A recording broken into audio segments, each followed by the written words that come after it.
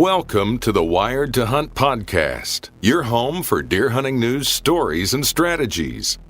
And now, your host, Mark Kenyon. Welcome to the Wired to Hunt podcast. I'm your host, Mark Kenyon, and this is episode number 186. And today in the show, we are back with a new Rut Radio episode in which we're checking in with a handful of hunters from all across the nation to get the latest on the whitetail rut and the tactics that are working right now.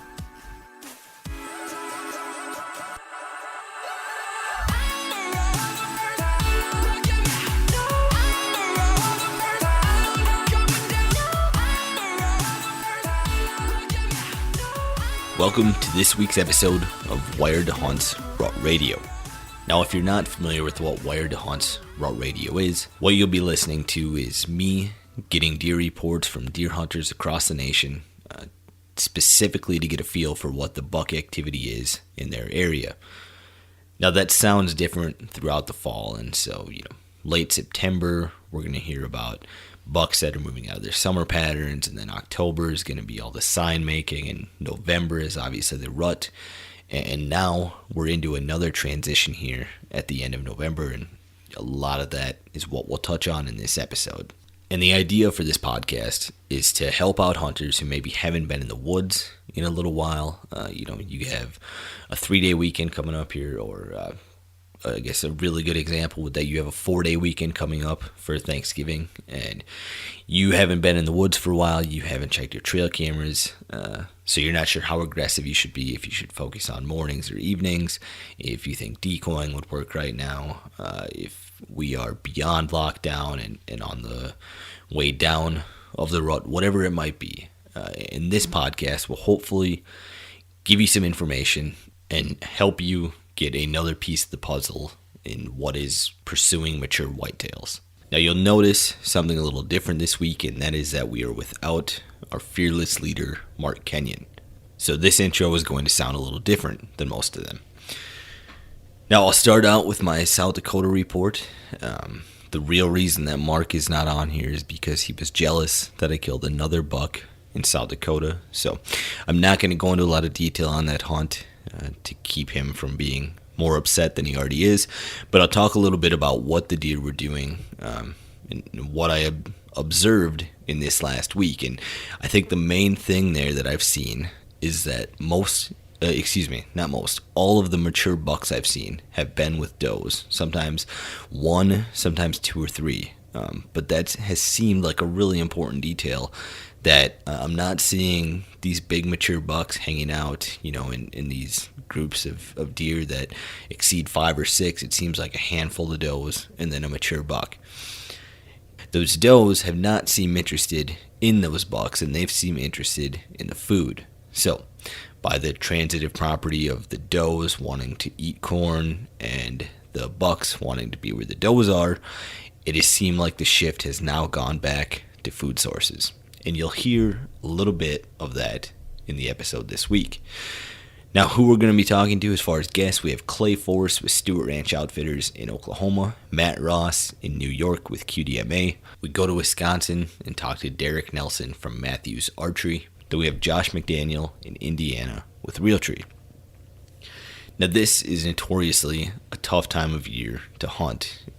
You'll hear people talk about it with disdain as if it were, mid-October and the October lull. Mid-November seems to have that same reputation. But something really cool about this episode is that there has been a lot of success that we get to hear about.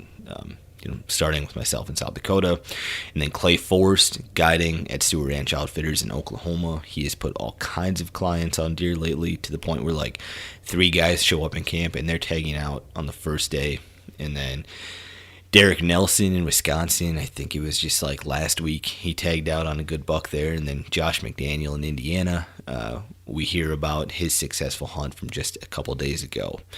And so that's something really cool that I don't know if we've ever had a batting average this good on Rut Radio for a guest lineup. So the end of November is tough, but it's not impossible. Now, one more thing to look for and listen for in this week's episode is that each one of our guests seems to have a distinct theme in their reports. Clay in Oklahoma is going to be talking about how the food sources have played an important role right now. Matt will touch on what science says about the end of November. And then Derek is going to talk about how a bow hunter can survive gun season in a state like Wisconsin. And then Josh has some great intel and tells us why this time of year, the end of November and around Thanksgiving, is his favorite part of the season to hunt. Before we get to our first caller, though, we need to pause to thank our sponsors at Sitka Gear. Now, for this week's Sitka story, I'm going to talk a little bit about the Sitka system that I've been wearing this year. And this is the same system that I've been wearing for the last couple seasons as well. And that is the Stratus system, the Stratus jacket and the Stratus pants. And what's really cool about that is I'm able to wear it all year long. And so the buck I shot back in September, I was wearing the Stratus system.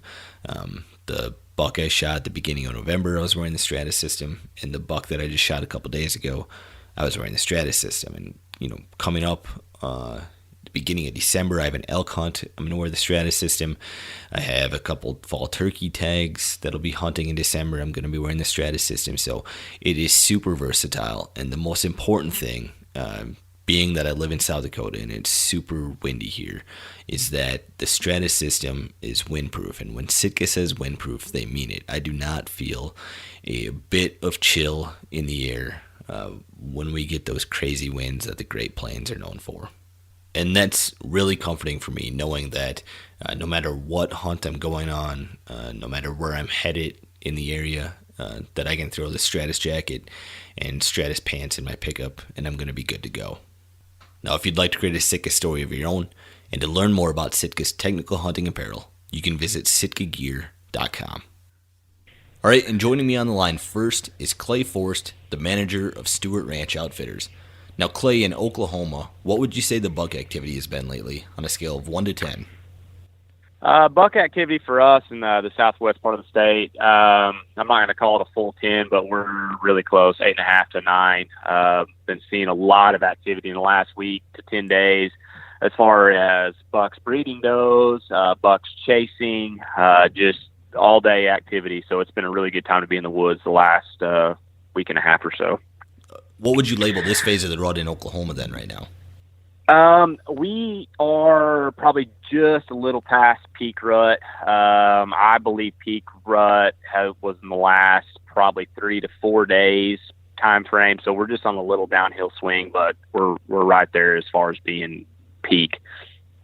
Well, it looks like your clients have had a lot of success lately. What have those setups looked like for you guys to get so many big deer down? So it's been a little bit of everything. In our country, we're fortunate enough to be able to glass from long distances and make moves on deer. We were able to put about 155-inch deer down on a spot and stalk. We basically bedded him down mid-morning, went and got our client and made a stalk to him. He was bedded down with his doe, and we were able to harvest him that way. And we're also getting in the way of them, basically coming to and from food sources right now. Does coming in to food and basically bucks following them in, and so we've had some success with that. So we've really kind of been utilizing every situation and every tool that we have to get bucks down. You just touched on food sources there. What are those food sources you're talking about? In our part of the world, in Oklahoma, we really rely on winter wheat. Winter wheat goes in mid-September and then really starts coming up about now. So we had our first freeze about the week before Halloween, and so deer have really been concentrating on our winter wheat fields, and we've been utilizing those a lot the last about 2 weeks as far as our hunters coming in and out, and that's really where we put a lot of our efforts to find deer. So are you looking at those winter wheat fields in the mornings as well, or what do the morning setups look like? Yes, sir. So morning setups are more travel corridors coming to and from those fields. And kind of like I mentioned before, we're able to glass a lot of our fields from long range distances. And so we're getting a really good idea where bucks or deer are traveling to and from our fields. And so those are our morning setups for the most part. And then the afternoons we'll get in pretty early, 1, 2 o'clock or noon, just kind of whenever a guy wants to go out, and then get in those fields and let them come back to us in the evenings. As we get beyond the best days of hunting here, How do you think the weather affects the deer patterns down there in Oklahoma? At least in the next 10 days, according to our forecast, everything's supposed to stay pretty consistent. We're going to be a little warm for us, which isn't too bad. Over the years, at least for us, consistent weather patterns keep deer active. It seems like if we go from extreme cold to extreme hot, big temperature swings, our deer movement, our deer activity really declines for a day or two. So I'm pretty hopeful with a consistent weather pattern. I think we're supposed to be in the mid 60s to low 70s for highs and in the mid 40s or so for lows, pretty consistent for the next 10 days. I think our deer activity will stay pretty active, even though it's going to be a little warm. But that consistent weather pattern for us really keeps deer on their feet and kind of keeps them to their pattern. So our activity should stay pretty consistent. Going forward then in this next week or so, what do you think that's going to look like on a scale of 1 to 10 for the buck activity? I think it's going to come down just a little bit from like I said, the peak the last week or 10 days, but I still think it's going to be a really good time to be in the woods. So I'm gonna just call it a 7. I think that should be pretty accurate for the next week or so. All right, Clay. Well, congrats to you and your clients. If anybody wants to see the successes they've had, you can check them out on Instagram at SR Outfitters. Thanks for joining me. All right. Thanks, Spencer. Sure appreciate it. All right, and joining me on the line next is Matt Ross out of New York, the Assistant Director of Conservation for QDMA. Now, Matt, in New York, what would you say the buck activity has been lately on a scale of 1 to 10? Probably about a 6 on a scale of 1 to 10. We are still seeing a little bit of bucks pushing does around and getting out and looking for does, but for the most part, we are past the peak of the real seek and chasing phase. I think a lot of deer are still are in a phase of lockdown or paired up. For example, I actually just got out of the field and I saw 3 bucks tonight in a rye field. 2 yearling bucks were kind of playing around and sparring, and there was a 3-year-old out in the field, and he was walking the edge, leaving some scrapes, and just kind of went back into the woods. But for the most part, the deer that I'm used to seeing in that space, they're not coming out. There weren't as many does in the field as there usually are, and just based on what I'm seeing from trail cameras and other observations, I think deer are pretty locked down right now. Well, New York just had their gun opener on last Saturday. How do you think that's changed things for you guys as far as buck movement? It always impacts it. I mean, it definitely will reduce it. At least where I live in New York, I'm on the eastern end of New York, near the Vermont border. I actually think we peaked with buck activity kind of right before that happened, 4 or 5 days before that. And I was starting to see it come down, and then with all the hunters in the woods, I think it pushed it even further. Well, before we jumped on the line, Matt had just told me that he's starting to lose his voice. And Matt, I'm wondering if that's from all the grunting and snort wheezing you've been doing. Are you doing any calling right now in New York? No, actually, I tried to rattle this morning. Didn't work.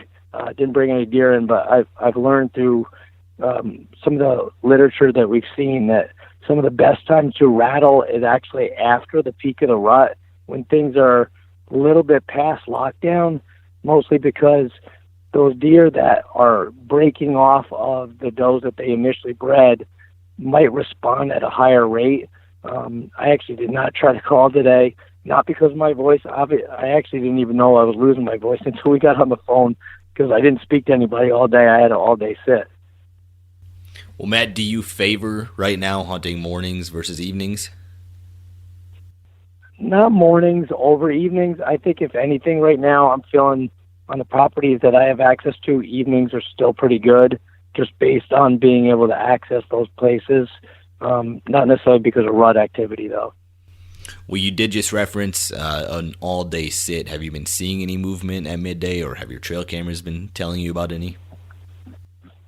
Yeah, some of my, not me personally, but my cameras have been showing that I'm on Instagram. I posted a video earlier today of a 4-pointer that was making a scrape just a couple of days ago. I have other cameras that aren't on video mode that I've got a lot of good activity in the middle of the day. I did an all-day sit partly because of my availability. I got a young family, and I had the day, so I went and sat all day. But also partly because the gun season just ended, or not ended, it just started, and today's Tuesday. Deer typically respond to hunting pressure by about 2 or 3 days after the pressure is initiated by returning back to normalcy. So basically today would still be a little bit on the low point, but tomorrow deer would start getting back to their normal routine. Today was the day I got out, and I was thinking I might as well just pull an all day sit just to see what I could find. Now, does QDMA have any literature or, speak about rubs and scrapes at the end of November? Do you know anything as far as what science says about that? Yeah, scrapes peak prior to the rut peak. So scrapes should be going down. If your rut has already peaked, you're going to see a downtick, a pretty big one in scrapes. Rubs will continue to increase in prevalence throughout the rut, even going into the beginning of the late rut. So what people out there that are scouting and hunting, if you're seeing scrapes drop off and basically get covered up by leaves and just disappear, or starting to look like they're just not being hit at all, you're pretty sure that you're past the peak of the rut. We have a great guide to the whitetail rut on our website that has links to a lot of different attributes to the rut on our website. Well, going forward then in this next week or so, what do you think that buck activity is going to be on a scale of 1 to 10 in New York?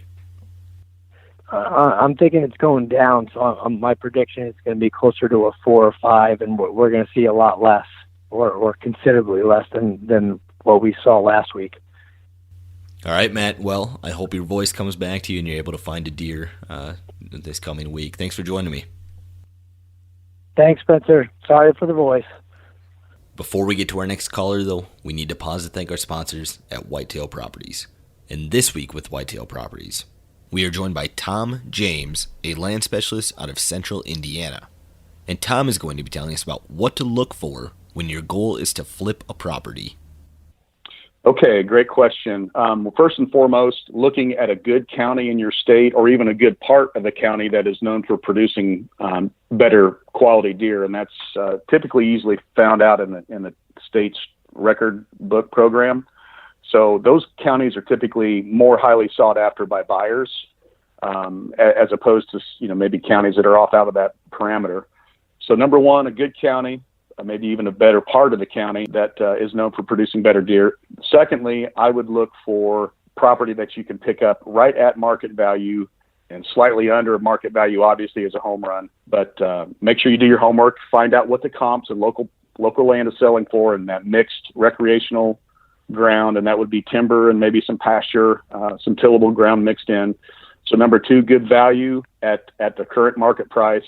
And number three, look at sometimes an often overlooked aspect of timber that people don't know a lot about is the quality of the hardwood species that are on the property. If you can find 18-inch and larger diameter trees in there, specifically white oaks, red oaks, walnut, cherry, sugar maple, the white oak market is extremely hot right now, and anything above that is going to that size range is going to return dividends that you could use applying to paying the property back off, and also doing some great habitat work in the process by opening up the canopy and getting some good habitat work going on in there. If you'd like to learn more and to see the properties that Tom currently has listed for sale, visit whitetailproperties.com/James. That's JAMES. All right, and joining us on the line next is the content manager for Matthews, Derek Nelson. Now, Derek, in Wisconsin, what would you say the buck activity has been lately on a scale of 1 to 10? I'd put it right around a 5 right now. I think we're definitely past the peak here. It actually seemed to kick off a little earlier than normal this year, but starting to chill back out now. And as gun season opened this last week, it's gonna slow that buck movement down a little bit more even. But I'd put it right around a 5 probably. Now, are you basing that on a lack of sightings, or have you seen some bucks and does breeding lately? Haven't seen bucks and does breeding lately. I filled my archery tag up here, actually on the 12th, and a couple days after that, I had one of my good buddies, have one of his hit list bucks come chasing does right past his tree. Actually, just couldn't get a shot off, but it really seems like a lot of the does are starting to bunch back up, and deer are focusing on food pretty hard in this last week especially.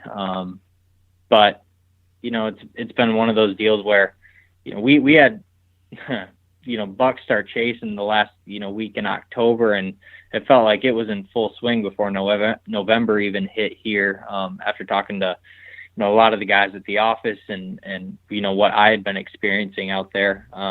And it just kind of seems like by the 15th or 16th or so, kind of right in that date range is when it kind of started to chill out and wasn't feeling like full swing rut anymore. As a bow hunter, Derek, how does your strategy change once gun season opens and is underway in Wisconsin? Gun season kind of always marks the time where, a lot of your deer, after they've kind of come out to the point where, rut's in full swing and you're right counting on them not being nocturnal anymore. With the second that the guns they come out and the wood starts getting lit up, it seems like they flip right back to being way more cautious again. So I know for a lot of people, it becomes right to the stage where you're thinking about food.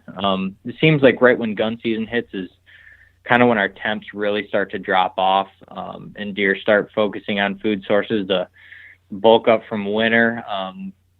We don't yet, but I'm guessing we're going to start having some snow on the ground here soon, and that'll definitely kick that into overdrive. But, just about a week and a half ago, I was sitting out there and I had, on a bean field that had, 30 deer feeding out there at 4:00 in the afternoon, a couple hours before dark, just filling up with lots of bucks, all out there at the same time, a couple of them pretty mature deer, and they kind of didn't seem to care that there was does out there or, other bucks. They were just out there feeding the whole time. So it kind of becomes a lot about food sources. If you got food this time of year, you're still in good shape. Will you continue hunting any mornings then, or will you switch to evenings about this time of the year? I won't say that I wouldn't go out in the morning. Definitely evenings are easier to hunt, at least for a lot of the setups that I've got around here. It's definitely going to start being about evenings primarily. Maybe a couple morning hunts here or there, but for most purposes, evening hunts are going to be what it's about from here on out. Going forward then in this next week or so, Derek, what do you think that buck activity is going to be in Wisconsin on a scale of 1 to 10? I would expect it to drop off even more. I think probably going down from a 5 to a 4-ish. I'd say you're still going to see buck activity. It's just going to be based around food and less around does. Sitting food sources this time of year is still really good as those temperatures drop off. But also this gun pressure could push a lot of that movement even later in the evenings and stuff like that too. So I expect it to drop down to, in the 4 range. All right, Derek. Well, congrats on the great season you've already had, and good luck with what's left of it. Thanks for joining me. Yeah, I appreciate it, Spence. All right, and joining me on the line last is Josh McDaniel with Realtree in Indiana.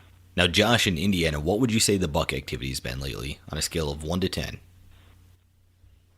This last few days is probably right up there. Again, with as long as the weather's good, we're looking at about an 8 or a 9 right now. Well, Josh, you just had a successful hunt, and why don't you tell us a little bit about that setup and that buck? Yeah, so I tagged out in Indiana on the morning of November 20th. Again, weather was amazing. Very high pressure morning. Expected bluebird sky day. I expected a lot of activity that day. This time of year, my focus is trying to catch these bucks now. They've been locked down pretty hard for the last couple of weeks, and now we're on the back end of this rut. and a lot of these bucks are breaking loose and trying to really get on their feet and covering some ground again. So they're trying to catch the back end here of some of these big mature bucks, and that's exactly what happened here in Indiana. The wife wasn't able to go that morning, so I went in and self-filmed myself and ended up about 8:30 had a 2.5-year-old chase a doe by me, and then the buck parade began after that. And I ended up with this is the first year on this lease. I'm figuring this our number 2 hit lister. He's a 4.5, 5.5. I'm pretty sure 5.5, but I just don't have previous history to know for sure. 5.5 buck we call Double Deuce. He's got matching split G2s on both sides. He come by within 15 yards, pretty chaotic. Ended up getting the shot, got it all on video, and I'm sitting there doing hero. And about 15 minutes later, I look over and here comes number 1 hit lister of the year. He comes in on the same hot doe, and he gets within 15 yards as well, and he sees my buck laying there and ends up attacking him. I had to scream at him to get him to break loose, but it was pretty crazy to get all on video. It was one of the craziest things. But anyway, so it's that time of the year where it could almost be like the pre-rut stuff again, where you're starting to see calling could be a little bit effective again. Bucks are starting to get, they're still wanting to breed, and a lot of these does are about done. So and exactly what happened that day. Number 1 and number 2 hit listers, which I've not seen all year in daylight, or gotten pictures of, and I had both of them at 15 yards, just like that. So. Well, Josh, what's really cool about that story to me is I just wrote an article about 6 months ago where I talked to some whitetail enthusiasts about their favorite date to hunt the rut. And when I talked to you, you told me it was like November 24, something like that. And for most guys, that's, a downtime for them, and that's when they would rather be at home than in a tree stand. And so tell me a little bit more about this time of year, why you like it so much, and go into a little more specifics about your favorite setups as far as mornings, looking for does, looking for food, whatever it might be. Yeah. Typically this time of year is tough. Just because you're grinding at this point. You've already been hunting hard for all day sits for 2-3 weeks now, so your focus is pretty tough. That's why it's tough for a lot of guys. You're not seeing a ton of bucks as much as you were the 7th through the 11th, but this is the time of year I feel like that why it's my favorite, because this is when we've killed our biggest bucks, our oldest, more mature bucks. Just because, like I explained there, that you catch them on the backside now. This one time of the year they get to do this, so they're not ready to give it up yet, and they're trying to find that last doe. So now they're really getting out of their area. Sometimes you can, and even this time of year I like, because even if I've not had a whole lot of big shooters, I try to stay positive, just because now's the time you'll catch a big shooter from somebody else's neck of the woods. They could travel up to a mile or two, just searching for that last doe, depending on what your buck to doe ratio is. But so that's why this time of year is my favorite. Usually I like to say 3 to 4 days before Thanksgiving and 3 to 4 days after is my favorite time for those your biggest, most mature deer in your neck of the woods. Earlier you referenced that the weather's been really good lately. What are you looking for in weather conditions as far as cold fronts, rain, wind? This time of year, man, it's, weather trumps everything. I always say that. It really, at least here in Indiana, it makes all the difference a lot of times. But this time of year, I'm really looking for a good high pressure morning, especially with my thermals rising. I love that, because you can get away with a little bit more. But anything 30.2 this time of year and up and higher on the pressure scale, absolutely love. Any kind of goods. I like, especially like if we've had a couple 2-3 days of a south, little warm weather, and then all of a sudden we get that first north, or vice versa. We got a few days of north cold, and then all of a sudden that first warm day after the front of the south. Those are all good triggers. I like to good frosty morning, good hard frost with bluebird skies, sunny day with optimal would be 10 to 15 mile an hour winds. That's ideal for me this time of year. Obviously you go all the time. But those days you go to your special spots that you've been dying to get into, that you can't really hunt but 2-3 times a year. That's what I'm looking for this time of year for sure. Going forward then, in this next week or so, Josh, what do you think the buck activity is going to be in Indiana on a scale of 1 to 10? 1 to 10 again. as long as weather's good, and it's looking like it's going to be all right. I'm going to say 9 again, 9 to 10, and 9 for sure, 10 if the weather's right.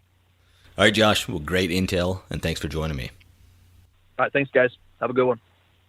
And that concludes this week's episode of Wired to Hunt's Rut Radio. As always, we thank you guys for listening, and we hope that you'll have a happy Thanksgiving. Hopefully this year, you're thankful for a big buck. We'd also like to thank our sponsors at Sitka, Whitetail Properties, Whitetail Institute, Huntera, Matthews, Maven, Yeti, and Trophy Ridge. And good luck to everyone who's still hard at it at the end of November.